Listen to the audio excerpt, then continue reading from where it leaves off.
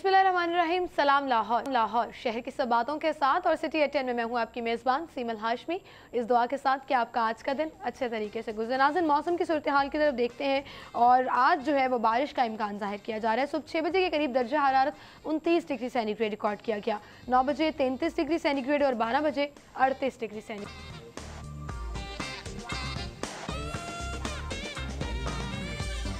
3 बजे 41 degree centigrade और 6 बजे के करीब बारिश एक्सपेक्टेड है 38 डिग्री सेंटीग्रेड के साथ। 9 बजे 34 डिग्री सेंटीग्रेड।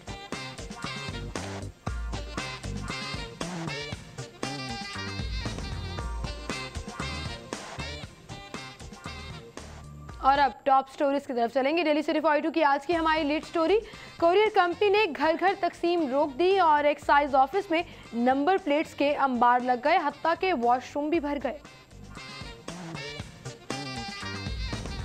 दूसरी टॉप स्टोरी, चुंगी अमरसदू में छापा, जाली अद्वियात बनाने वाली फैक्ट्री पकड़ी गई। स्कूलों को 20 करोड़ 46 हजार का नॉन सैलरी बजट जारी। और 36 साल पुराना सिस्टम महकमा मौसमियात अंदाजों से काम चलाने लगा।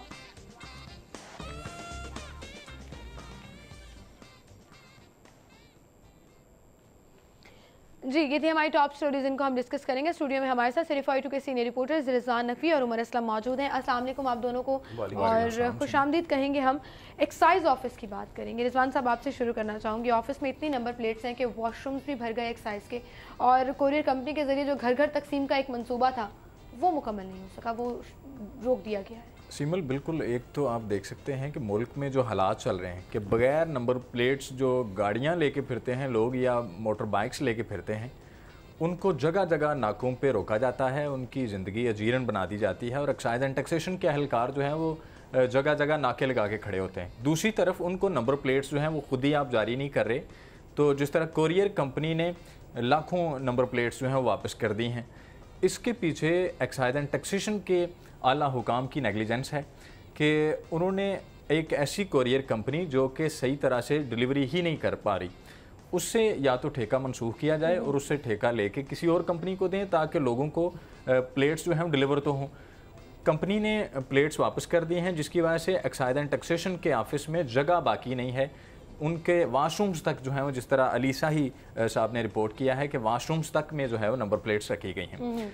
तो इस पे जो है एक्साइज एंड टैक्सेशन को फिल फोर जो है किसी पे जिम्मेदारी आयद करके उसके खिलाफ एक्शन लेना चाहिए। सही। और ये 2 लाख से ज्यादा नंबर प्लेट्स हैं उमर, और जब बात की, जब ये क्रैकडाउन करते हैं और नाके लगाकर गाड़ियों को रोक रहे होते हैं गैर नमूना नंबर प्लेट्स वाले, तो क्या ये जिम्मेदार होंगे? क्या ये मानेंगे कि उनकी नंबर प्लेट्स जो है इनके दफ्तर में पड़ी हुई है और दफ्तर के वॉशरूम्स तक भरे हुए हैं उससे? देखिए, हमारे माशरे में एक बहुत बड़ा अलमिया है कि हम जो है वो अपनी नेग्लिजेंस को तो तस्लीम ही नहीं करते, बल्कि गलती को जो है वो उस पर जो है बहस करते हैं, जिसके बाद गलती दर गलती होती है। किसी भी डिपार्टमेंट की बात ले ले, चाहे वो एक्साइज हो, एजुकेशन हो, बिल्कुल। और नाकों की जिस तरीके से बात की, तो ये कॉन्सेप्ट जो है वो अभी चंद साल कबल जो शुरू हुआ है, और बिल्कुल पुलिस की तरह नाके बना के और एकदम गाड़ी रोक लेंगे, फैमिलीज़ को भी नहीं देखेंगे, और ऐसे एक खौफो हरास की सी सिचुएशन क्रिएट करने की कोशिश करेंगे कि जैसे शहरी गाड़ी लेके नहीं, कोई बारूद लेकर जा रहे हैं या बम धमाका लेके जा, वो उसका मवाद रखा हुआ है, और फिर बाकायदा हरासा करेंगे पेपर्स चेक करने के अलावा, और फिर मुख्तलिफ तरीक़ों से तंग करेंगे। महकमा एक्साइज के हवाले से अगर बात, अब क्या ये जिम्मेदारी लेंगे उन मोटरसाइकिल सवारों की जो 1.5 लाख हैं, 30,000 से पुरानी सीरीज हैं, 25,000 नई सीरीज हैं, जिनके चालान होंगे, जिनको अपने ही एक्साइज डिपार्टमेंट वाले लोग रोकेंगे? क्या ये मानेंगे कि हमारी गलती है? इस डिपार्टमेंट के हवाले से बात करें, जो ये स्कीम शुरू की गई थी कि पहले इस तरह सिस्टम नहीं होता था कि घरों में जो है वो नंबर प्लेटें भिजवाई जाती थी, बल्कि पहले ये सिस्टम था कि कोई भी जाता था और नंबर प्लेट ले लेता। ये एक अच्छा इनिशिएटिव ज़रूर था कि मालिक को यानी एक फ्लोर से दूसरे फ्लोर तक ही जाना है, और फिर टीसीएस के जरिए खर्चा भी बढ़ता। लेकिन मालिक को उन्होंने ये कहा कि गाड़ी या मोटरसाइकिल का मालिक हो, उसको हम घर पे होम डिलीवरी करेंगे, ताकि जिस तरह हालात हैं कंफर्मेशन हो सके। वरना एजेंट माफिया हमारे यहाँ इतना मजबूत है कि ऑफिसर्स की करप्शन के साथ। लेकिन क्या फायदा हुआ, आप उस मंसूबे को भी कैरी ऑन नहीं कर सके हो। और अभी कुछ दिन कबल इनका एक्साइज डिपार्टमेंट का और टीसीएस का इशू भी था। 3 करोड़ से ज्यादा का बिल का जो है इनका आपस में डिस्प्यूट रहा।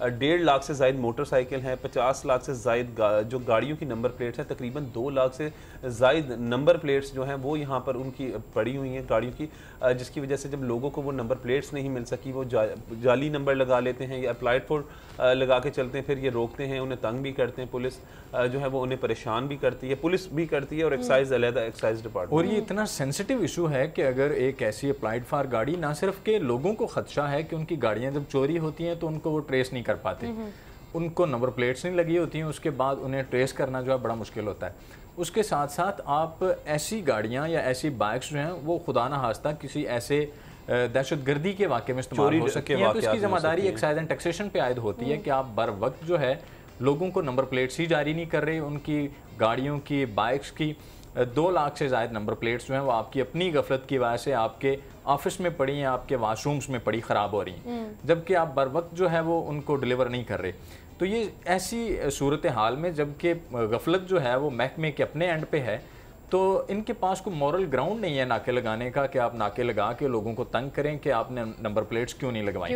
बिल्कुल सही। अच्छा, अगली हमारी टॉप स्टोरी, चुंगी अमर सदू में छापा मारा गया कल और जाली अद्वियात बनाने वाली फैक्ट्री जो है वो पकड़ी गई और ख्वाजा इमरान नज़ीर जो है पार्लिमानी सेक्रेटरी सेहत ख्वाजा इमरान नज़ीर ने जो रेड किया, आजकल मुख्तलिफ डिपार्टमेंट्स की जानिब से रेड होती है, फूड डिपार्टमेंट की जानिब से जैसे आयशा मुमताज़ ने अपना नाम बनाया, इसी तरीके से महकमा सेहत की जानिब से रेड होती है, महकमा एनवायरनमेंट की जानिब से भी रेड सिस्टम शुरू हो गया।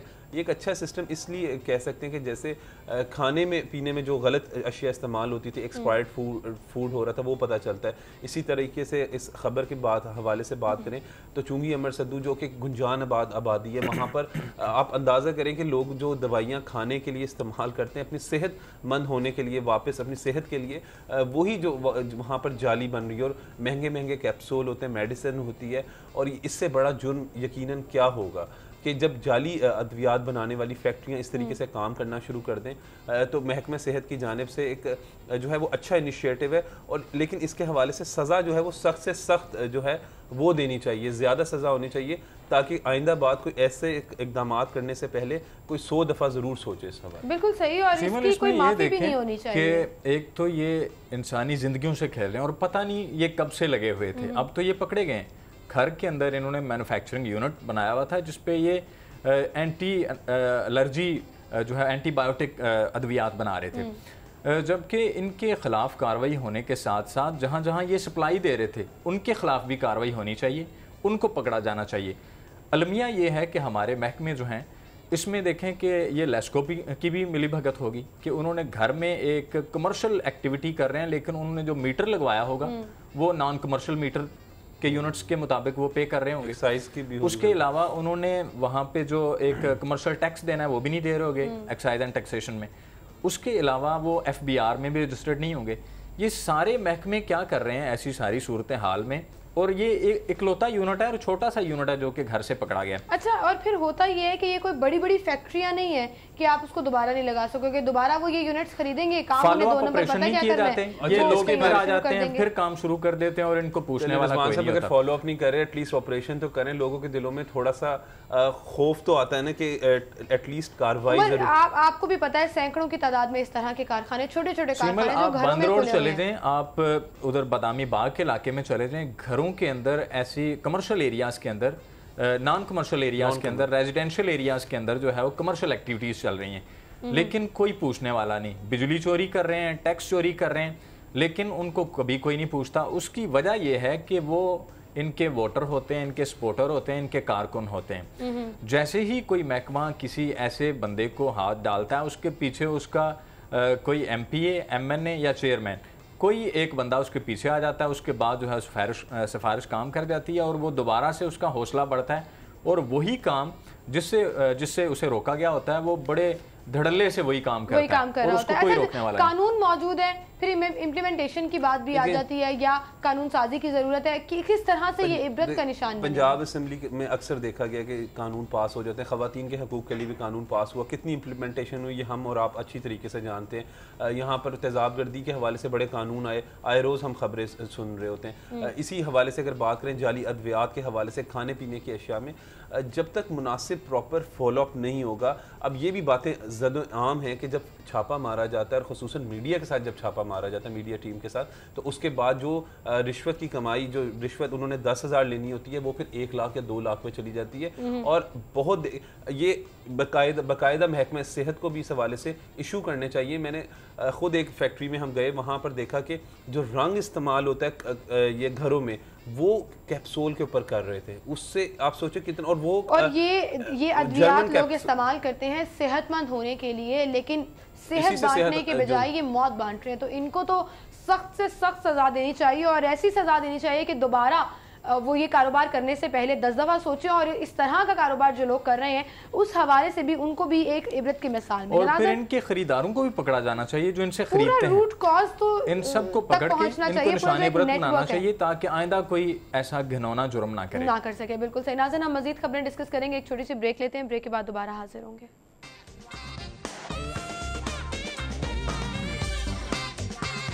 वेलकम बैक नाज़रीन, गुफ्तगू का सिलसिला हम आगे बढ़ाएंगे इसी खबर से रिलेटेड जो हम डिस्कस कर रहे थे। चूंकि अमृतसर पर छापा मारा गया और वहाँ पर जाली अद्वियात बनाने वाली फैक्ट्री पकड़ी गई। दूसरी जानिब जू सफारी पार्क अस्पताल की अगर बात करें, उसमें करोड़ों की मशीनरी और अद्वियात जो है वो बर्बाद हो गई और किसी ने बॉदर नहीं किया। सीमल, ये तो चलें जानवर हैं वहाँ पे, यहाँ तो इंसानों का हाल आप देखें कि इंसानों के लिए जो अस्पताल हैं उनकी हालत ज़ार क्या है। आप शहर के अंदर जू सफारी पार्क है जो कि रायविंड के बिल्कुल करीब है, जो शरीफ बरादरान के बिल्कुल मोहल्ले में वाक़ है। तो उसकी ये सूरत हाल है कि वहाँ पे जो है वो करोड़ों रुपए की मशीनरी ख़राब हो रही है और कोई पूछने वाला नहीं, वहाँ पे अमला तैनात नहीं है, जिसकी वजह से आए रोज़ जो है वो जानवर मरते रहते हैं। आप चिड़ियाघर में देखते हैं कि परिंदे जानवर यहाँ पे जो है वो आए रोज़ कीमती जानवर जो हैं वो लुकमा अजल बन रहे हैं, लेकिन इस पर कोई गौर नहीं किया जा रहा।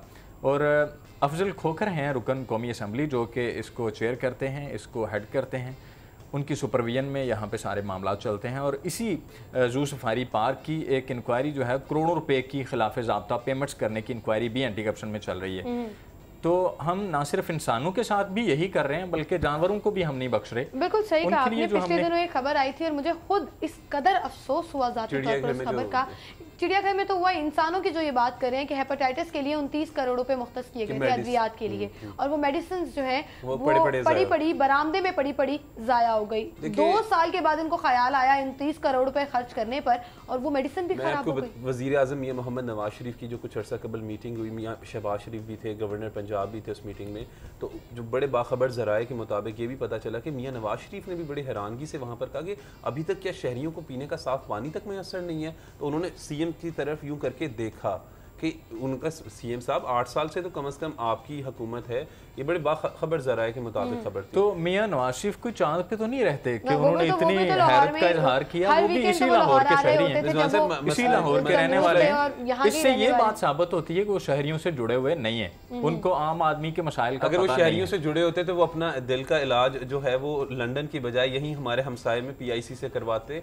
और फिर एक बात भी हकीकत, वो शायद 1.5-2 साल इंतजार नहीं कर सकते थे, क्योंकि आप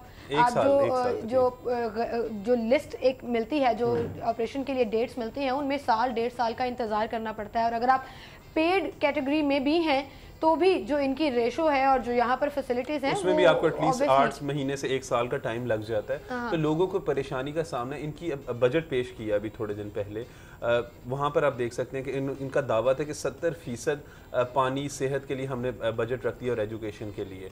हम बड़ी अच्छी तरीके से जानते हैं कि उसके बाद कट लगते हैं, ऑरेंज लाइन के लिए पैसे फिर चले जाते हैं, फिर किसी फ्लाईओवर के लिए चले जाते हैं, पैसे लाहौर में रहते हैं। बिल्कुल सही, पैसे लाहौर में रहते हैं। लेकिन यहीं पर बात की, जैसे कि जू सफारी की खबर के हवाले से बात करें, ये हॉस्पिटल बिल्कुल बनना शुरू हो सकता है अगर वहाँ पर, क्योंकि पाकिस्तान मुस्लिम लीग नून की हुकूमत को तख्तियाँ लगाने का बहुत शौक है। तो शहबाज शरीफ साहब अगर, क्योंकि हमजा शहबाज शरीफ का भी यहाँ पर जू सफारी में काफ़ी इंटरेस्ट है और उसको मीटिंग के हवाले से मामला को ख़ुद भी ये देखते हैं, तो वहाँ पर एक विज़िट कर लें और वहाँ पर देख लें तो कई एक अहम मंसूबा जो है वो एटलीस्ट ज़रूर मुकम्मल हो सकता है। बिल्कुल सही। अच्छा, अब तीसरी खबर जुनैद रियाज की है। स्कूलों को 20 करोड़ 46 हज़ार का नॉन सैलरी बजट जारी कर दिया गया। और उन लोगों के लिए मैं बता दूं जो नाज़रीन प्रोग्राम देख रहे हैं कि ये बजट जो जारी हुआ ये साल 2015-16 का है।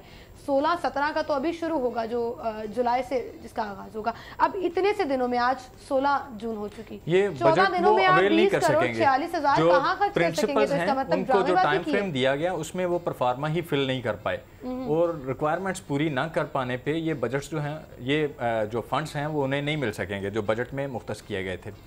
20 करोड़ रुपए से ज़ायद ये रकम है, और शायद जो शहर के स्कूल हैं, लाहौर के तमाम स्कूलों के लिए ये है, उसके लिए ये आटे में नमक के बराबर भी नहीं है कि आप ऐसे ऐसे स्कूल्स हैं जहाँ पे बच्चे, उनके सर पे छत नहीं है, वो खुले आसमान तले बैठ के चलाती धूप में पढ़ रहे होते हैं, और ज़मीन पे बैठ के वो पढ़ रहे होते हैं, उनके पास कुर्सियाँ नहीं हैं, उनके पास डेस्क नहीं है, कोई इवन के टीचर्स भी जो हैं वो वहाँ पे प्रॉपरली नहीं जाते। और एक्सपेक्टेड जो ये चेक्स थे ये जनवरी में देने थे, और अब ये जून आ चुके। देखिए, पाकिस्तान मुस्लिम लीग नून फिर एक जो है वो एक्सपीरियंस तजर्बेकार हुकूमत है। इस हवाले से आप कह सकते हैं कि जो काम इन्होंने नहीं करना होता वो फिर इन्होंने नहीं करना, तो उसे टेक्निकली जो है वो फिर डिफॉल्टर करते हैं। जैसे इन्होंने ऑरेंज लाइन का मंसूबा करना था तो फिर बैंक ऑफ पंजाब से भी कर्जा ले लिया, हुकूमत ने कर्जा देने से इनकार कर दिया, तो फिर वफाकी वजीर खजाना को फ़ोन जाता है, सीएम साहब फ़ोन करते हैं, और फिर जो भी अप्रोच, ऑब्वियसली गवर्नमेंट उनके घर की है, चाहे फेडरल हो, बड़े भाई वजीर आज़म है, खुद वो सीएम है, फिर जो पंजाब में करना चाहते हैं वो करते हैं, जो नहीं करना, अब देखें ये काम करने, ये देखिए, क्या एजुकेशन आपकी प्रायोरिटी है, क्या हेल्थ आपकी प्रायोरिटी है, साफ पानी, सीवरेज, लोगों को लोड शेडिंग का प्रॉब्लम है, आपने तो साफ वाजे कर दिया। कल हम एक स्टोरी डिस्कस कर रहे थे कि तवानाई के डिपार्टमेंट के लिए आपने इस साल कितना बजट रखा है पिछले साल के निस्बत, आप फ्लड की बात कर रहे हैं, और वेदर फोरकास्टिंग में भी कहा जा रहा है कि 20% ज़ायद बारिशें होंगी, फ्लड के लिए आपने सिर्फ 1 अरब रुपया रखा है, ऑलमोस्ट 1 अरब रुपया। देखिए, बात फिर वही मैनेजमेंट की बात आ जाती है। पाकिस्तान मुस्लिम लीग नून एक समझ जो है वो एक्सपीरियंस अपना जो है वो फ़ायदा उठाती है, फिर जो काम इन्होंने खुद करने होते हैं, जिसमें इनका इंटरेस्ट होता है। मुझे एक बड़े सोर्स ने बताया कि एक दफ़ा के शहबाज शरीफ साहब की एक सोच है, वो ये है कि बड़े बड़े काम होने चाहिए, छोटी सड़क, छोटे पुल, उसका कोई फ़ायदा नहीं, बड़े काम इसलिए होने चाहिए कि ताकि वो लोगों को दिखाई देते हैं, और फिर पूरी दुनिया में पब्लिसिटी के शौकीन है पाकिस्तान मुस्लिम लीग नून की। असल में ये कसूर जो है वो हमारे महकमे भी इसी वजह से तबाह हुए हैं, उनके अंदर जो पॉलिटिकल इंटरफेरेंस है या मंजूर नज़र होने का जो जज्बा है कि आप किस तरह से जो है वज़ीर आला पंजाब की गुड बुक्स में शामिल हो सकते हैं, तो इस जज्बे ने जो है हमारे इदारों को तबाह कर दिया। हमारी पुलिस इसी चीज़ की वजह से जो है वो ख़राब हो गई है कि IG पंजाब हैं, वो जो भी इंस्ट्रक्शंस उधर से आती हैं उसी को फॉलो करते हैं। उसके बाद अगर किसी DPO को हटाने के अहकामात आते हैं तो फिलफौर उनको बुझा लाते हैं, और फिर सियासी प्रेशर सियासी प्रेशर की वजह से उन्हें हटाया जा रहा है। शारिक कमाल की एक मिसाल मौजूद है। तो इन्हीं सारी चीज़ों ने हमारे इदारों को तबाह कर दिया कि हमारे जो ब्यूरोक्रेट्स हैं, जो हमारे सेक्रेटरी साहिबान हैं, हमारे चीफ सेक्रेटरी हैं, ये स्टैंड नहीं ले पाते, और सिर्फ अच्छी पोस्टिंग जो है अवेल ही, शायद ये एक माइंडसेट बना दिया गया पंजाब में कि अच्छी पोस्टिंग पे वही रहेगा जो मियां साहब कहेंगे वो करता चला जाएगा। स्टैंड किस तरह ले सीमल, हालात ये होते हैं कि जब 2013 के इलेक्शन थे तो उस इलेक्शन के बाद की सूरत हाल में याद है कि हम वहाँ रायवंड में जाते थे तो सरकारी ऑफिसर्स बाकायदा वहाँ पर हाजिरी देते थे, क्योंकि उन्हें मालूम था। हाजिरी तो बड़ी छोटी बात है, ग्रेड 20 तक के अफसरान को मैंने खुद वहाँ पे कुर्सियाँ लगाते देखा है कि वो मियाँ साहब की गुड बुक्स में आने के लिए वहाँ पे ऐसे बिहेव कर रहे होते हैं कि जैसे उनके ज़ाती गुलाम हैं। और इसकी रीज़न यही है कि आपने एक माहौल ऐसा बना दिया है कि सिर्फ वही मंजूर नज़र बनेगा, वही आपकी गुड बुक्स में आएगा जो खुशामद में सबके आगे खड़ा होगा। आपको याद होगा बचपन में आपने वो कहानियां, बल्कि शहरियों ने भी जरूर पढ़ी होंगी कि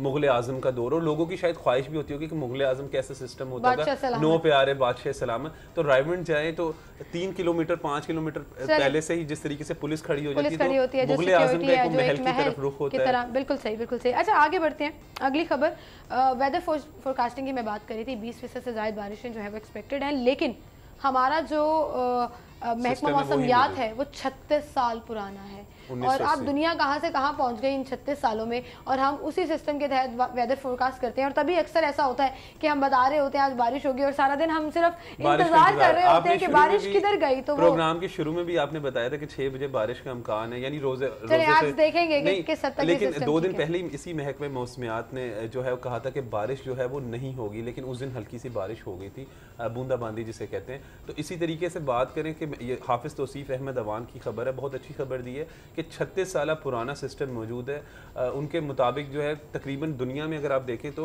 हर 40 से 50 किलोमीटर के बाद एक सिस्टम लगाना पड़ता है जिसके ज़रिए वेदर फोरकास्ट हो जाती है। जैसे कल इस्लामाबाद में बारिश हुई है बहुत गरज चमक के साथ। अब इस्लामाबाद से बादल आ रहे हैं तो ऑब्वियसली वो लाहौर तक बारिश नहीं आई तो रास्ते में कहीं ख़त्म हो गए वो बारिश के इम्कानात। तो पता हो कि क्या सिस्टम है, पाकिस्तान में सिस्टम ही मौजूद नहीं है। बिल्कुल सही। फिर ये है कि ये बड़ी खौफनाक बात है कि अगर आप प्रॉपर तरीके से जो है वो पेशेंट गोई ही सही नहीं कर सकते तो आप उस पर क्या कबल अज़ वक्त जो है इक़दाम क्या करेंगे। अगर खुदा न खास्ता सैलाब की सूरत हाल हो, उसकी पेशेंट गोई सही ना कर सकें, फ्लड फोरकास्टिंग अगर सही ना हो सके तो इक़दाम क्या करेगी ज़िला इंतज़ामिया। या फिर अगर बारिश के सही तरह से पेशेंट गोई ना की जा सके तो उससे पहले जो वासा ने प्रिकॉशनरी मेजर्स लेने हैं वो क्या करेंगे बिल्कुल सही। अच्छा, हमारे प्रिकॉशनरी मेजर ले भी ले तो वासा का ये हाल है कि शहर फिर भी डूबा होता है। वो इतने सालों से हम प्रैक्टिस देखते आ रहे हैं कि इनकी जितनी भी प्लानिंग है वो सारी पूरे शहर पे छत डाल दी है मियां साहब ने, लेकिन ये मसला जो है जूं का तूं है। और पहले बड़े मियां साहब मियां शहबाज शरीफ जो है पहले लॉन्ग शूज पहन के बारिशी पानी में उतरते थे।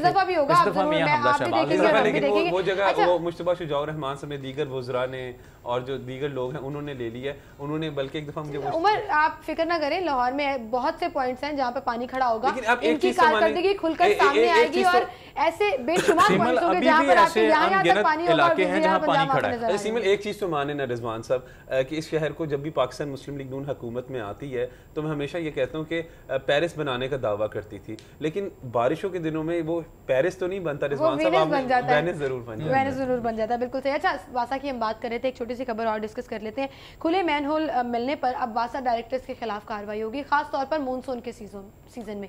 सो ये तो वही बात हो गई कि अगर पानी खड़ा होगा या मैनहोल खुले होंगे तो वो सस्पेंशंस चलेंगी और आपको मुअत्तल कर दिया जाएगा एंड दैट्स इट। सिस्टम को मजबूत नहीं बनाते, सिस्टम को मजबूत होना चाहिए। चूंकि आप कई ऐसी कीमती जानें ज़ाया हो चुकी हैं, बच्चे मर रहे हैं लोगों के खुले मैन होल्स की वजह से।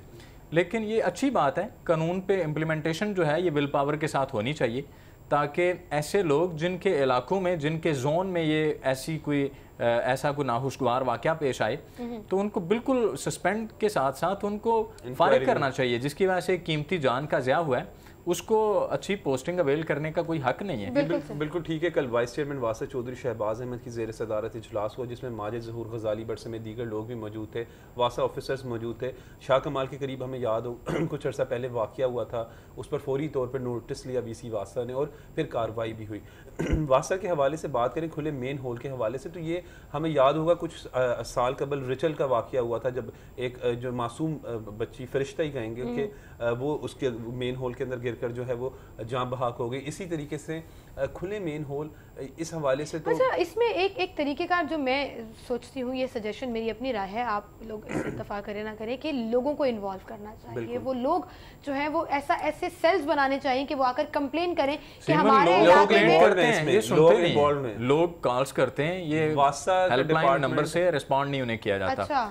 ऐसे कई इलाके हैं, अभी भी आप चले जाएं शादरा के इलाके में कई इलाके हैं जहाँ पे पानी खड़ा होता है, टाउनशिप में पानी खड़ा है, कई ऐसी गलियां हैं जहाँ से नहीं करे तो भी इनके खिलाफ कार्रवाई होनी चाहिए। दूसरे इलाके की बात करें, लाहौर का एंट्री पॉइंट है, ठीक है, लाहौर का एंट्री पॉइंट इस वजह से ख़राब है कि ताकि दुनिया को पता चलना चाहिए कि शादरा इस वजह से ख़राब है कि लाहौर ज़ेरे तामीर है। मैं प्राइम मिनिस्टर के हल्के की बात करता हूँ, वहाँ पर रफ़ाइयाबाद में चले जाएँ, मैं शहबाज शरीफ के हल्के की बात करता हूँ, कहना में चले जाएँ, अटारी में चले जाएँ, वो हल्के आप देख कर कहें कि ये हुक्मरान हैं, ये शहर को पेरिस बनाने का दावा करने वाले लोग हैं जिनके अपने हल्कों में।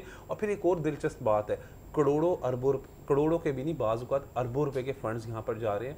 वो स्पेशली प्राइम मिनिस्टर के हल्के में तो एक पैच वर्क करवाना हो, वहाँ पर सूबाई वज़ीर खुराक बिलाल यासीन है और MP माजिद ज़हूर है, दोनों से अगर एक इलाके के लोगों ने पैच वर्क करवाना हो तो 6-6 महीने 1-1 साल लग जाता है। ये लोग अव्वल तो वो उनको मिलता ही नहीं है, पहली बात तो ये होती है कि वो अपने हल्के में जाते नहीं है, और अगर जाते हैं तो फिर इस तरह की चीज़ें जो हैं वो सामने आती हैं।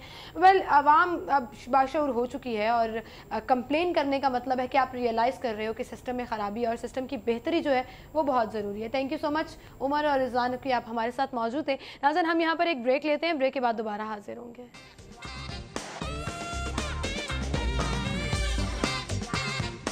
वेलकम बैक नाज़रीन, सेगमेंट्स की तरफ चलेंगे। सबसे पहले सेल्स और प्रमोशंस की बात करेंगे बचत बाजार में।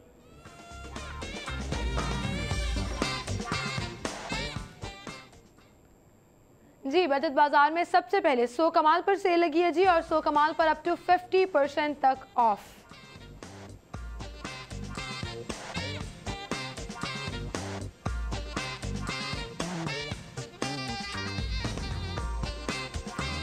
नेक्स्ट ब्रांड है मारिया बी, और मारिया बी पर आपको अप टू 30% तक ऑफ मिलेगा।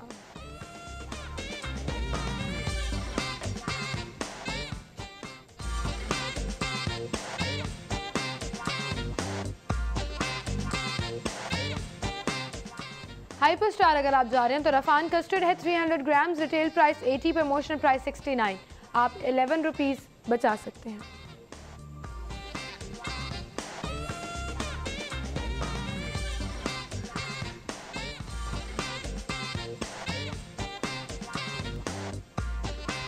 Pringles snacks 110 grams, retail price 185, promotional price 145, आप 40 रुपीज़ बचा सकते हैं।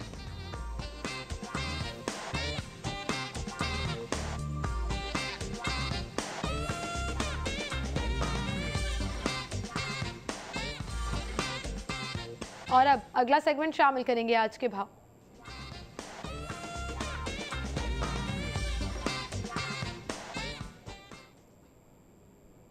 शहजाद खान अब्दाली हमारे साथ मौजूद हैं। शहजाद बताइएगा कहां पर मौजूद हैं आप, और सब्जियां और फल किस कीमत पर मिल रहे हैं? यूजुअली ओपन मार्केट में महंगाई का क्या रुझान देखा जा रहा है?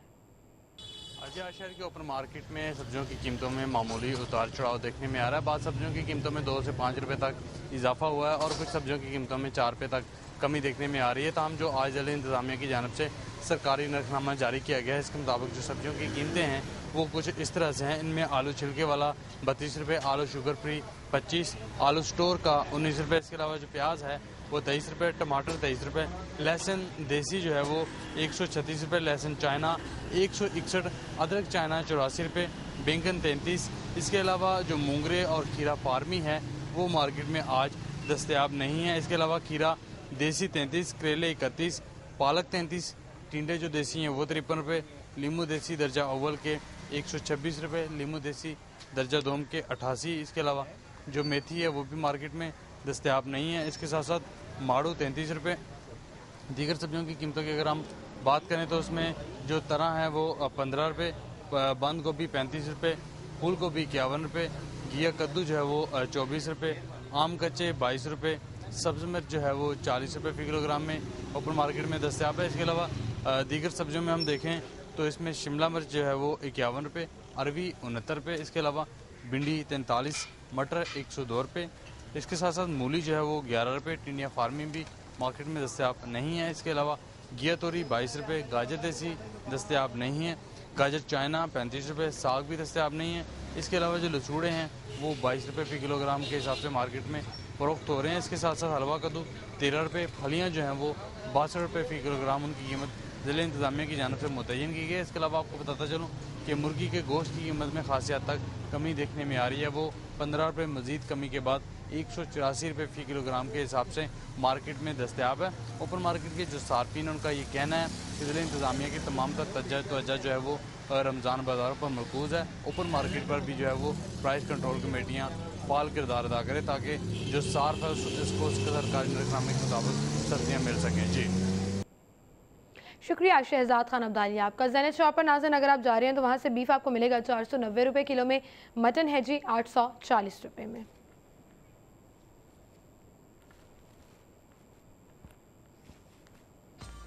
बीफ कीमा आपको मिलेगा 520 में, मटन कीमा 960 में।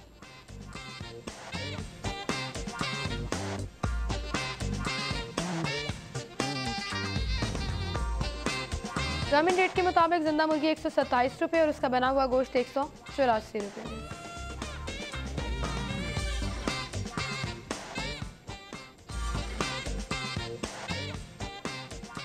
परचून से अंडे आपको मिलेंगे 72 रुपये दर्जन, थोक से 70 रुपये और गोरमे से 71 रुपये।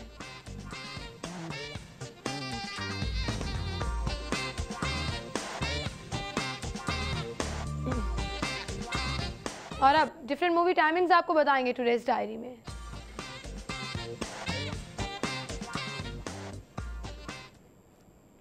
एक्समैन एपोकलिप्स लगी हुई है जी 9 बजे और 11:15 बजे वोक टावर सुपर सिनेमा 2 में।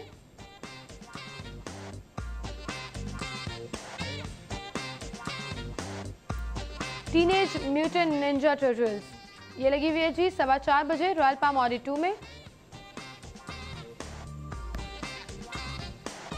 3 लगी हुई है 4 बजे और 9:30 बजे रॉयल पाम ऑडी 1 में, और 3:45 बजे वॉक टावर सुपर सिनेमा 2 में।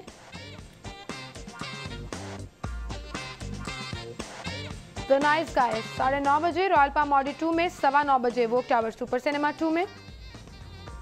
द एंग्री बर्ड्स 2:30 बजे रॉयल पाम ऑडी 2 में, और हाउसफुल 3 4 बजे और 10 बजे शबिस्तान में। और इसी के साथ यहाँ एक ब्रेक लेंगे। ब्रेक के बाद आप अबूजर से हेडलाइंस जान सकेंगे और इसके बाद प्रोग्राम में दोबारा हाजिर होंगे।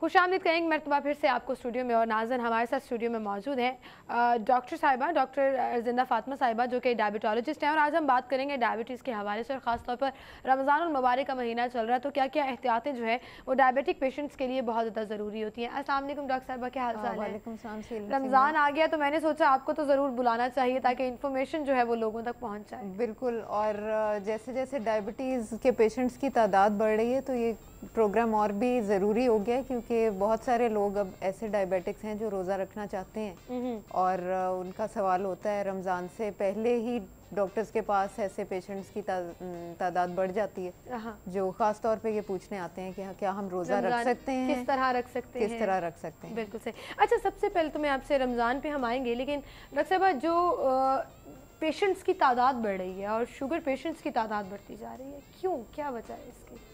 इसकी वजह हमारा लाइफस्टाइल चेंज हो रहा है, बहुत तेज़ी से बदलता हुआ लाइफस्टाइल। हर साल दुनिया में शुगर के पेशेंट्स की तादाद बढ़ रही है और पाकिस्तान में ये तादाद इतनी तेज़ी से बढ़ रही है।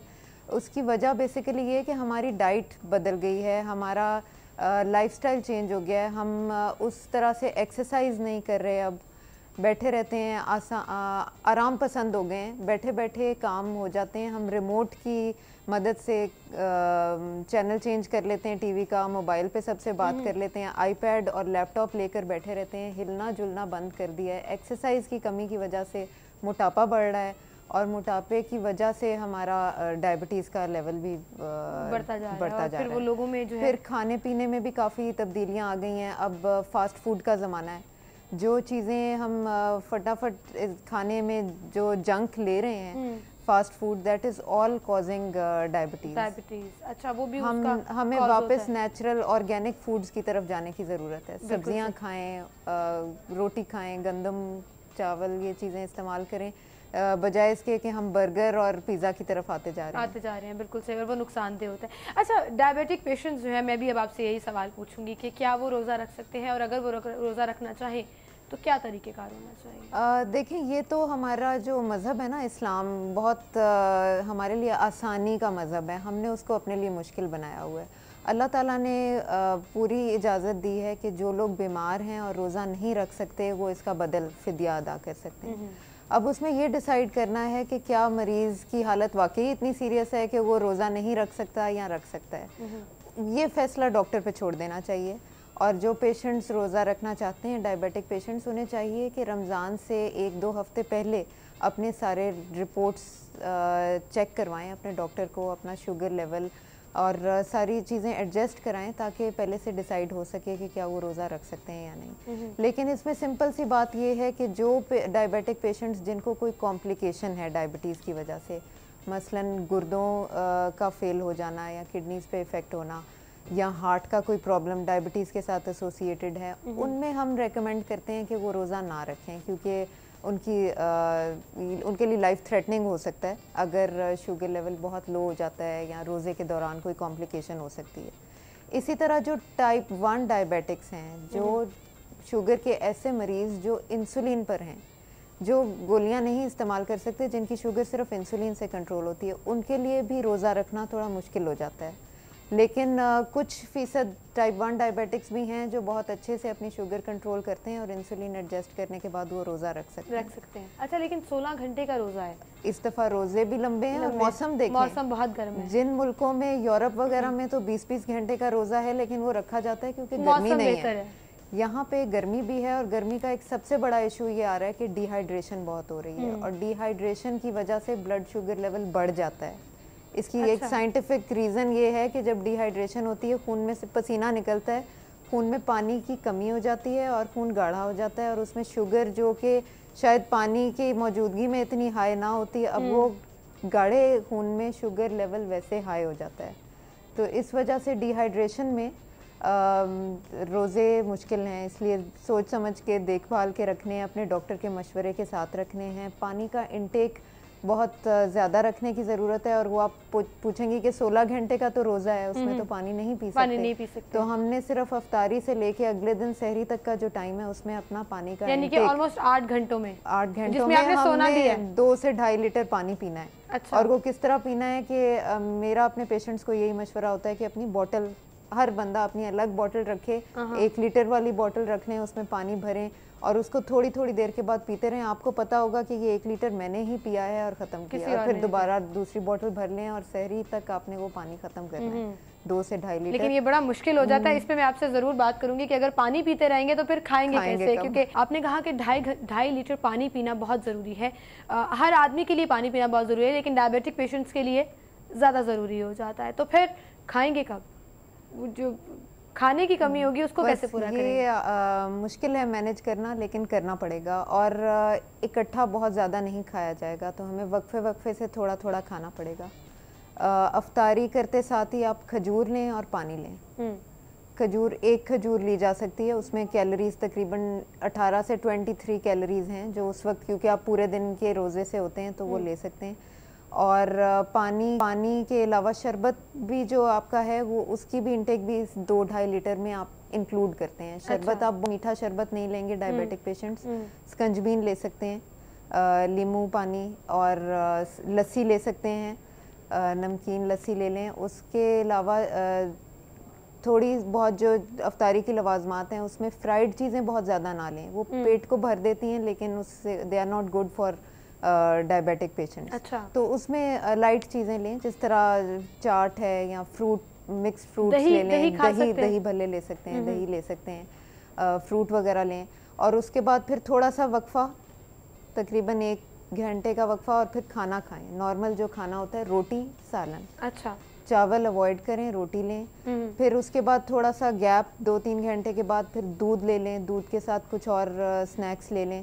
सोने से पहले तक इस तरह मतलब 2-3 वक्फों से आप थोड़ा थोड़ा लेते रहें। और इसी तरह सहरी के लिए जब उठते हैं तो सबसे पहले पानी पिएं, 2 गिलास पानी पी लें। फिर जितनी देर में आप सहरी तैयार कर रहे हैं अपनी मेडिसिन वगैरह ले लें और फिर सहरी प्रॉपर लेनी चाहिए, क्योंकि सहरी ने आपको अगले 16 घंटे में आपकी कैलोरीज को आपकी ब्लड शुगर को मेंटेन रखना है। तो उसमें आपने ऐसी चीज़ लेनी है जो कि ब्लड शुगर लेवल को स्टेडी रखे। अच्छा। ऐसे फूड्स नहीं होने चाहिए जिनको हम हाई ग्लाइसीमिक इंडेक्स फूड कहते हैं, जो एकदम से शुगर लेवल बढ़ाते हैं और फिर 2 घंटे के बाद शुगर लेवल नीचे आ जाता है। जब नीचे आएगा फिर आप क्या करेंगे? हाइपोग्लाइसीमिया होगा, भूख लगेगी, फिर आप उस वक्त कुछ नहीं खा सकेंगे। तो आपने ऐसी चीज़ लेनी है लो ग्लाइसीमिक इंडेक्स फूड्स जो ब्लड शुगर को आहिस्ता आहिस्ता बतदरीज बढ़ाते हैं और काफ़ी देर तक ब्लड शुगर लेवल को स्टेडी रखते हैं। मैदा भी भरा रहता है, अगले 4 से 6 घंटे तक भूख का एहसास भी नहीं होता और आहिस्ता आहिस्ता वो कार्बोहाइड्रेट। चलिए डॉक्टर साहब, वो चीज़ें क्या हैं ये आपसे मैं ज़रूर पूछूंगी कि कौन कौन सी चीज़ें सहरी में खानी चाहिए और किस तरह से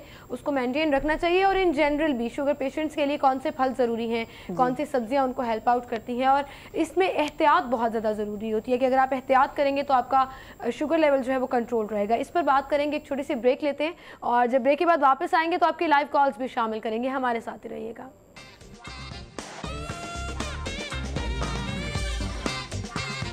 और आपकी लाइव कॉल शामिल करेंगे। हम बात कर रहे हैं डायबिटीज़ के हवाले से और रमज़ानुल मुबारक में डायबिटिक पेशेंट्स के लिए कितना मुश्किल होता है, किस तरह से उनको कॉप अप करना पड़ता है, इस पर हम बात कर रहे हैं। डॉक्टर जिंदा हमारे साथ मौजूद है और साथ ही साथ में आपकी लाइव कॉल्स शामिल करूंगी। आप नंबर नोट कर लें, स्क्रीन पर भी फ्लैश हो रहा होगा 0423 540 7233। इस पर आप कॉल कर सकते हैं और कोई भी सवालात हैं तो आप डॉक्टर साहिबा से पूछ सकते हैं। डॉक्टर साहब, अभी हम बात कर रहे थे शुगर पेशेंट्स के लिए डाइट कि आपने कहा कि सहरी में ऐसी चीज़ें खानी चाहिए जिससे स्टमक भी भरा रहे और जिसमें हाइपोग्लाइसीमिया ना हो और वो उसको स्टेडी रखे almost through out the day. कौन सी ऐसी चीज़ें? जी, ये जो लो ग्लाइसीमिक इंडेक्स फूड हैं जिनकी मैंने बात की थी, ये बेसिकली कॉम्प्लेक्स कार्बोहाइड्रेट्स हैं, जो कि नशास्ते वाली ग़िज़ाएँ जितनी भी हैं उसमें आपका गंदम, जौ, दलिया इस्तेमाल कर सकते हैं, रोटी आप यूज़ करें, इवन पराठा भी कुछ केसेस में जिनमें कोलेस्ट्रॉल वेल कंट्रोल्ड है यूज़ कर सकते हैं।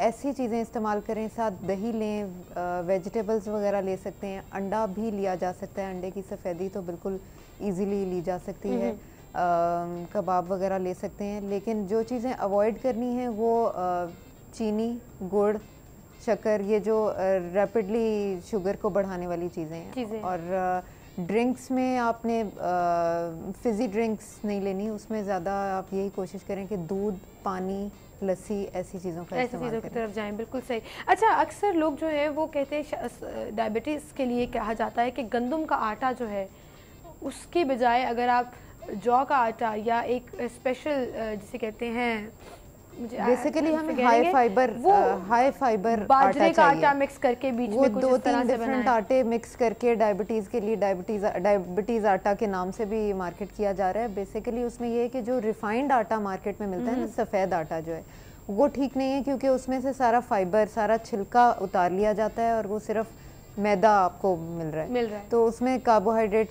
का कंटेंट ज़्यादा हो जाता है। हमें चाहिए हाई फाइबर आटा, जो कि गंदम का भी हो सकता है, चक्की से जो पिसवाया जाए, जिसमें गंदम के ऊपर जो पतला एक छिलका होता है वो भी साथ, चोकर का आटा भी उसी को कहते हैं। ये मेरे नाम ज़हन से नाम निकल गया था, आटा भी उसी को कहते हैं। उसमें जो गंदम के ऊपर एक पतला सी लेयर होती है, कर्नल छिलका उसका जो होता है, वो साथ पीसा जाता है। उसका फ़ायदा ये है, हाई फाइबर होने की वजह से उससे मैदा देर तक भरा रहता है और कैलोरीज उसमें इतनी नहीं है। उससे आप स्टमक भी ठीक रहता है। इन पेशेंट्स में अक्सर डायबिटीज़ पेशेंट्स में कॉन्स्टिपेशन का मसला हो जाता है। अच्छा। वो भी सेटल रहेगा अगर हाई फाइबर आटा इस्तेमाल किया जाएगा। उसकी कैलोरीज कम है और फ़ायदा ज़्यादा है, नुकसान कम है। बिल्कुल सही। अच्छा, और साथ ही साथ अगर हम दही की बात करें तो क्या डायबिटिक के लिए, जो डायबिटीज़ के पेशेंट्स हैं, उनके लिए दही बिल्कुल ठीक है? दही बिल्कुल ठीक है। दही इस्तेमाल करें, दही की लस्सी भी इस्तेमाल करें, दही वैसे भी इस्तेमाल करें विदाउट चीनी ऑब्वियसली। तकरीबन आधा किलो दही भी एक वक्त में ले सकते हैं, क्योंकि उसके बाद काफ़ी गैप है। अच्छा। तो दही ज़रूर लें, ठंडा भी है आजकल के मौसम में और बेहतर भी है। और दूध भी इस्तेमाल कर सकते हैं, दूध दिन में एक गिलास डेफिनेटली अफ्तारी में आप लें या रात को सोते हुए लें, दूध भी लें। बिल्कुल। दूध के साथ अगर इसबगोल का छिलका लें, वो भी डायबिटीज़ के लिए काफ़ी अच्छा है, बेहतर रहता है। ठीक है। अच्छा, फलों की अगर हम बात करें, कौन कौन से फल जो हैं वो खाने चाहिए? आजकल मौसम है आम का, और बहुत सारे लोग सवाल करते हैं आम का डायबिटिक पेशेंट्स का शक्ल के जो एक्सप्रेशंस आते हैं ना कि हम आम नहीं खा सकते, वो बिल्कुल वो ज्यादती है उनके साथ। हाँ। लेकिन ये जो फल आसानी से जो फ्रीली खा सकते हैं, उसमें सेब है, आड़ू है, अमरूद वगैरह ये ले सकते हैं। जो फल, तरबूज आजकल बहुत आ रहा है, और तरबूज खा सकते हैं, इसलिए खा सकते हैं क्योंकि तरबूज में 90% वाटर कंटेंट है। ठीक है। तो तरबूज का हुजम बड़ा है, लेकिन उसमें पानी ज़्यादा है, और उसमें मीठा है लेकिन इतना नहीं है। और आपने पूरा तरबूज एक वक्त में खाना भी नहीं है। एक बोल लें कटा हुआ तरबूज, वो ले सकते हैं। तरबूजा भी इसी तरह कटा हुआ ले सकते हैं। मिक्स फ्रूट चाट बनाएं तो उसमें 2-3 डिफरेंट फलों का इकट्ठा ले सकते हैं एक प्लेट भर के। आम का जहाँ तक सवाल है, आम में कैलोरीज काफ़ी होती हैं, मीठा भी ज़्यादा होता है। तो जिन डायबिटिक पेशेंट्स की शुगर बहुत अच्छे कंट्रोल्ड है, जिनका blood sugar level fasting level 100 के करीब आता है, या जिनका HbA1c जिसको हम कहते हैं average of blood sugar of last 3 months, वो कंट्रोल भी अच्छा है, तो फिर वो तकरीबन छोटे साइज़ का आम दिन में एक बार ले सकते हैं, या आधा आम दिन में एक बार ले सकते हैं। अच्छा। और फल जिनमें शुगर ज़्यादा है, उसमें आम तो बता ही दिया है, केले में भी शुगर ज़्यादा है, अंगूर में ज़्यादा है, खजूर में ज़्यादा है, अंगूर में ज़्यादा है, अंगूर में भी ज़्यादा है। तो ये फल आप स्मॉल क्वांटिटी में ले सकते हैं। अगर केला लेना है तो आधा केला लेंगे, अंगूर लेने हैं तो बहुत थोड़े से लें या अवॉइड करें। खजूर का जिस तरह मैंने आपको बताया था, खजूर ले सकते हैं, खजूरें नहीं ले सकते यानी अफ्तारी में एक खजूर ले सकते हैं। ज़्यादा लेंगे तो फिर ब्लड शुगर नुकसान होगा उसका, एकदम से वो हाई भी हो सकती है। अच्छा, अक्सर लोग जो है वो मेडिसिन एडजस्टमेंट भी कराते हैं। बिल्कुल, वो बहुत ज़रूरी होती है, क्योंकि अगर आपने सहरी के टाइम मेडिसिन खा ली और उसके बाद 16 घंटे का रोजा रखा तो फिर ज़ोहर और असर के बीच में हाइपोग्लाइसीमिया हो जाएगा डेफिनेटली। दवाइयों को डेफिनेटली चेंज करना पड़ता है और इसीलिए डॉक्टर रोज़े रमज़ान स्टार्ट होने से पहले अपने डायबिटीज़ स्पेशलिस्ट से रुजू करना बहुत ज़रूरी है। इसमें सिंपल रूल ये है कि हम रिवर्स कर देते हैं, जो आपकी सुबह की मेडिसिन थी वो हम अफ्तारी के वक्त पे ले जाते हैं और जो शाम की मेडिसिन थी वो सहरी के वक्त पे ले आते हैं। ठीक है।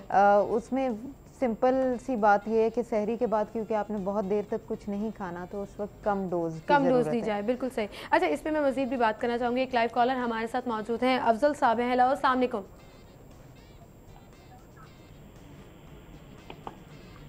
जी हेलो, कॉल ड्रॉप हो गई। और मैं ये रिक्वेस्ट करना चाहूँगी आपसे कि जब भी आप कॉल करें अपने टीवी का वॉल्यूम जो है वो कम कर दें ताकि मैं आपको और आप मुझे प्रॉपर तरीके से सुन सकें। जी डॉक्टर साहब। और इसमें मेडिसिन की एडजस्टमेंट की तो बात हमने की, उसमें दवाई की गोली की डोज आप सुबह कम और अफ्तारी में ज़्यादा कर लेते हैं। दूसरी चीज़ है इंसुलिन। जो मरीज़ इंसुलिन ले रहे हैं उनकी भी डोज एडजस्टमेंट बहुत ज़रूरी है।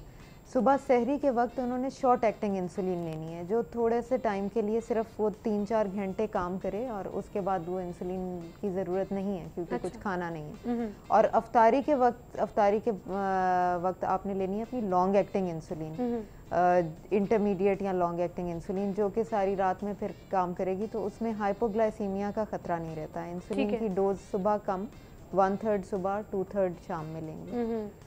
या अगर इंसुलिन कुछ लोगों की इस तरह भी हम एडजस्ट करते हैं कि लॉन्ग एक्टिंग इंसुलिन सिर्फ एक दफ़ा वो लेते हैं अफ्तारी के वक्त, सहरी में ज़रूरत नहीं होती है। बिल्कुल सही। एक और कॉलर है हमारे साथ, आमिर साहब है। हेलो, अस्सलाम वालेकुम। वालेकुम अस्सलाम। जी सवाल बताइएगा। जी सवाल डॉक्टर, मैं आपसे सवाल कहना चाहता हूँ। बेसिक मैं कॉज जानना चाहता हूँ, शुगर की कॉज क्या होती है जिसको हम लोगों को होती है और क्या कॉज होती है?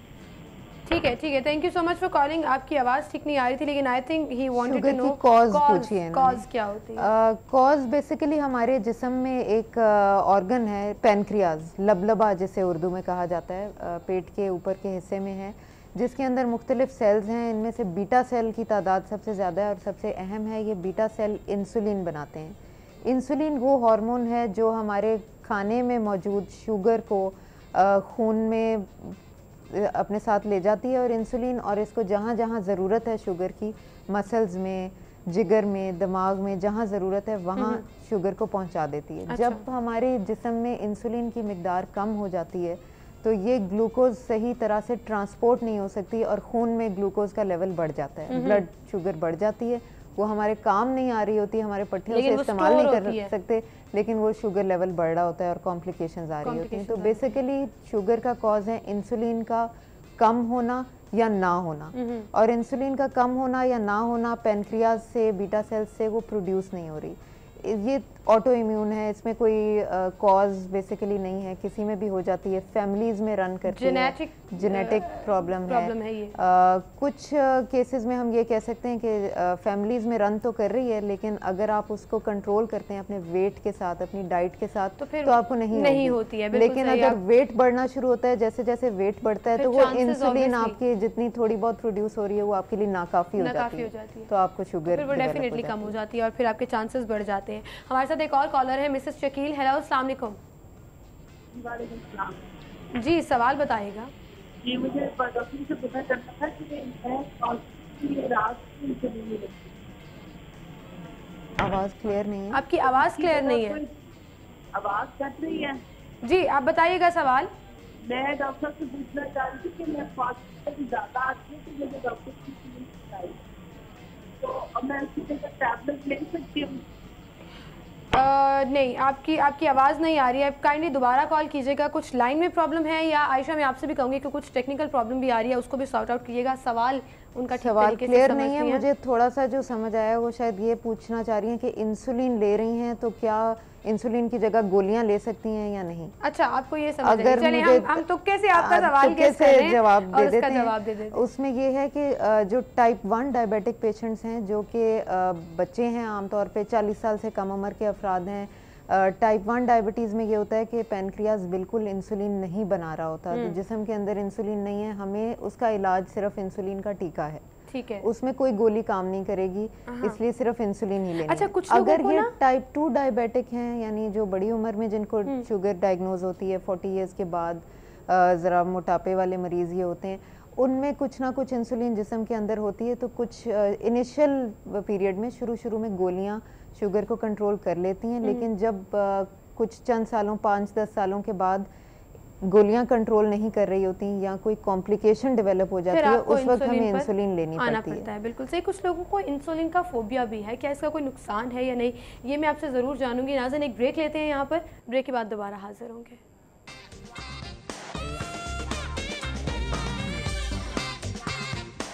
वेलकम बैक नाज़रीन। डायबिटीज़ की हम बात कर रहे हैं, और अगर आपके कोई रिलेटेड क्वेश्चंस हैं डायबिटीज़ से और रमज़ान से तो आप पूछ सकते हैं 0423-540-7233 पर कॉल करके। हमारे साथ डॉक्टर जिंदा मौजूद हैं। डॉक्टर साहब, ब्रेक पर जाने से पहले हम बात कर रहे थे इंसुलिन की, और अक्सर लोगों को लगता है कि इंसुलिन एक फोबिया है और वो इंसुलिन की तरफ जाना नहीं चाहते, उनको लगता है कि पता नहीं क्या हो जाएगा अगर आप इसको इस्तेमाल करना शुरू कर देंगे। इसमें 2 फोबियाज हैं। एक तो नीडल फोबिया, जो किसी को भी हो सकता है, सुई चुभने का खौफ जो है, रोजाना दिन में 2 या 3 दफा अपने आप को खुद सुई चुभानी, वो हो जाते हैं अपनी शुगर और बार-बार चेक दूसरा करके। फोबिया ये है कि हमारे माशरे में अक्सर कॉन्सेप्ट ये है कि इंसुलिन आखिरी इलाज है, आखिरी, यानी मैं आखिरी स्टेजेस पे पहुंच गया हूँ और अब मेरी बहुत बुरी हालत है और इसके बाद कुछ नहीं हो सकता, इसलिए इंसुलिन पे डाल दिया है। तो वो एक सेल्फ पिटी आ जाती है और टेंशन, डर लग जाता है कि मैं बस अब खत्म होने वाला हूँ। लेकिन इसमें ये है कि ये मिसकंसेप्शन है, मिथ है। Insulin is the best treatment for diabetes.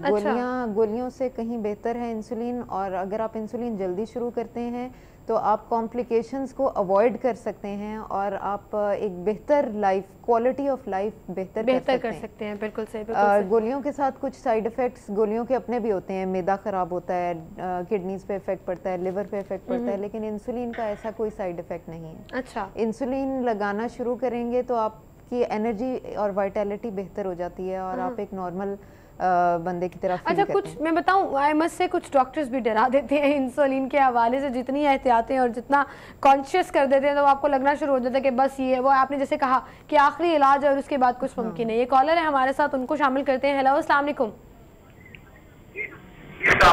जी वालेकुम अस्सलाम, सवाल बताइएगा। पूछना था शुगर को कंट्रोल करने की कुछ टैबलेट ऐसी बता दें जो हम ले सके। शुगर कंट्रोल करने की टैबलेट्स बता दें जी। अच्छा, आपको खुद डायबिटीज़ है और कब से है, किस तरह की डायबिटीज़ है, क्या आपने चेकअप कराया है पहले कहीं हॉस्पिटल से? चेक नहीं कराया, सिर्फ अभी पता है कि शुगर है। और आपका ब्लड शुगर लेवल कितना रहता है, खाली पेट शुगर कितनी है? ठीक, 200 के करीब है। ठीक है, ठीक है। Thank you so much Yasir for calling. I think इन्होंने बहुत एक वाइड क्वेश्चन कर लिया है, जो कि ये है कि ये दवाई जो है ये पर्सनलाइज, इंडिविजुअलाइज्ड होती है। हर मरीज के लिए इंडिविजुअल मेडिसिन होती है। ये नहीं कि एक मिठाई की तरह नहीं है या कोई खाने पीने की चीज अगर आपने लगा लिया है तो मैं कहूँ कि मैं भी लगा लूँ और वो भी खा ले लें। वो हर पेशेंट के मुताबिक एडजस्ट करनी पड़ती है, उसकी डोजेज मरीज को देखना पड़ता है।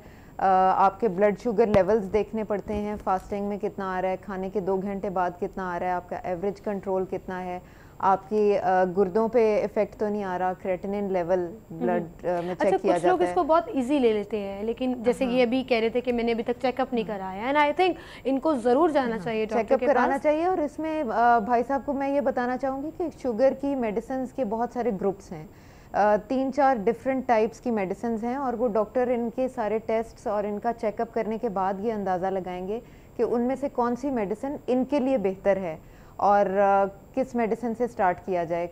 फिर कुछ मेडिसिन के साइड इफ़ेक्ट्स भी साथ साथ मॉनिटर करने पड़ते हैं। अब बहुत सारी नई रिसर्च आ रही है, इजी टू टेक मेडिसिन आ रही हैं जिनमें साइड इफ़ेक्ट्स भी कम हैं, दिन में 1 बार लेनी पड़ेगी, कम मेडिसिन के साथ भी कंट्रोल हो जाएगी। लेकिन उसके लिए ये है कि इनको डॉक्टर को दिखाना पड़ेगा, एक दफ़ा मिलकर चेकअप होगा सारे टेस्ट के बाद। इस तरह किसी के कहने पे दवाई नहीं शुरू करनी चाहिए। ठीक है, ठीक है। अच्छा, इंसुलिन के ऊपर मैं दोबारा आना चाहूँगी और इस पे मैं ये ज़रूर जानना चाहूँगी कि जब आप इंसुलिन लेना शुरू करते हैं तो क्या तब भी उतनी ही एहतियातें ज़रूरी होती हैं? क्या तब भी उतना ही मोहतात रहकर खाना पड़ता है? जी बिल्कुल, ये भी एक मिथ है। लोग समझते हैं कि इंसुलिन लगा ली अब जो मर्जी खाओ, आप किलो मिठाई खा लो, कोई फर्क नहीं पड़ेगा, आम खा लो और जो मर्जी खा लो और इंसुलिन 2-4 यूनिट ज़्यादा कर लो और ज़्यादा खा लो।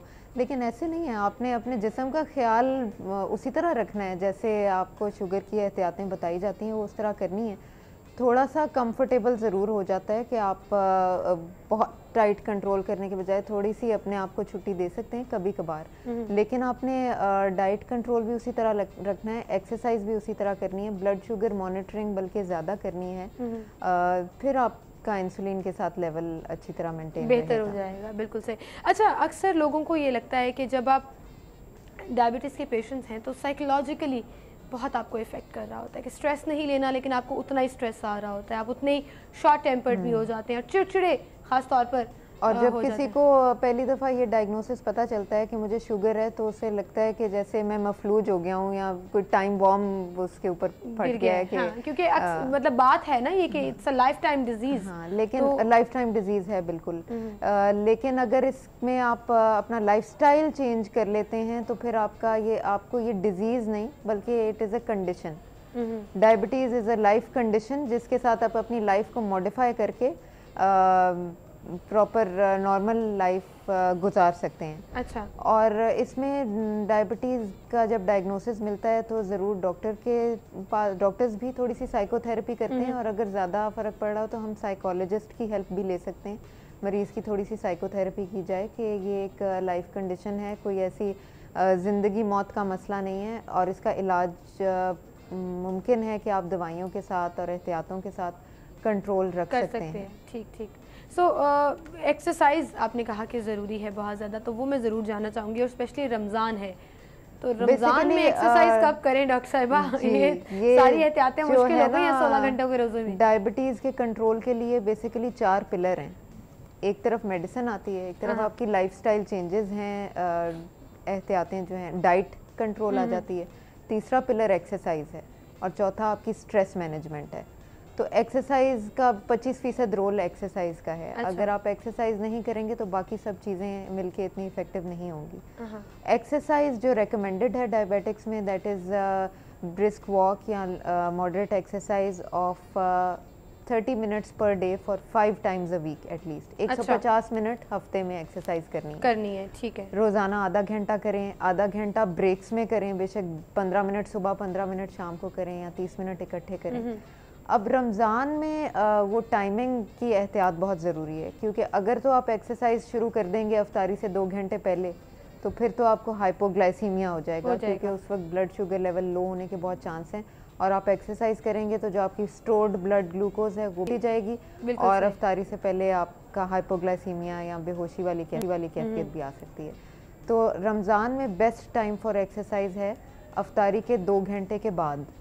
अच्छा। और अफ्तारी के 2 घंटे के बाद वही टाइम है जो आपका तरावी का टाइम है। तो देखें अल्लाह मियाँ ने कैसे चीज़ें एडजस्ट की हुई हैं कि अगर आप एक्सरसाइज नहीं भी करते और तरावी पढ़ लेते हैं तो तरावी में आपकी हो रही है, इतनी एक्सरसाइज हो जाती है जो आपके एक दिन के लिए काफ़ी है। और अगर तरावी नहीं पढ़ रहे तो फिर वही टाइम वॉक करनी है तो वो भी अफ्तारी के 2 घंटे के बाद। अच्छा, उस टाइम पर दिस इज अमेजिंग। मतलब वो तो कंट्रोल हो जाएगा। लेकिन डॉक्टर साहिबा 8 घंटे में, मैं फिर बता दूं, 8 घंटे में आपने 2.5 लीटर पानी पीना है, आपने खाना भी खाना है, आपने एक्सरसाइज भी करनी है और सबसे बड़ी बात आपने अपनी नींद पूरी करनी है। ये सारी चीजें 8 घंटे में। और कहते हैं ना रमजान सब्र का नाम है तो और मैनेजमेंट का नाम है, टाइम मैनेजमेंट जो है वो बहुत ज्यादा जरूरी हो जाता है। बिल्कुल सही, थैंक यू सो मच। अच्छा, इसमें हाइपोग्लाइसीमिया, अगर थोड़ा सा टाइम है आपके पास तो हाइपोग्लाइसीमिया एक बहुत इंपॉर्टेंट कॉम्पोनेंट है जो डायबिटीज़ के पेशेंट्स को रमज़ान में फेस कर सकते हैं। सुबह सहरी अगर कम खाई है या दवाई की डोज ज़्यादा है सहरी के वक्त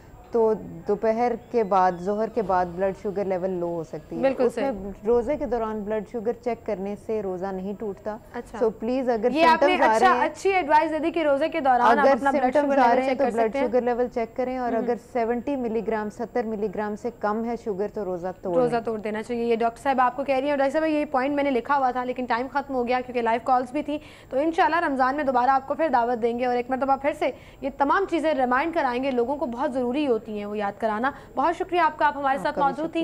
नाज़रीन, इसी के साथ मुझे इजाज़त दीजिए। इंशाल्लाह कल सेम टाइम पर फिर से मुलाकात होगी। अपना बहुत सा ख्याल रखिएगा। अल्लाह हाफ़िज़।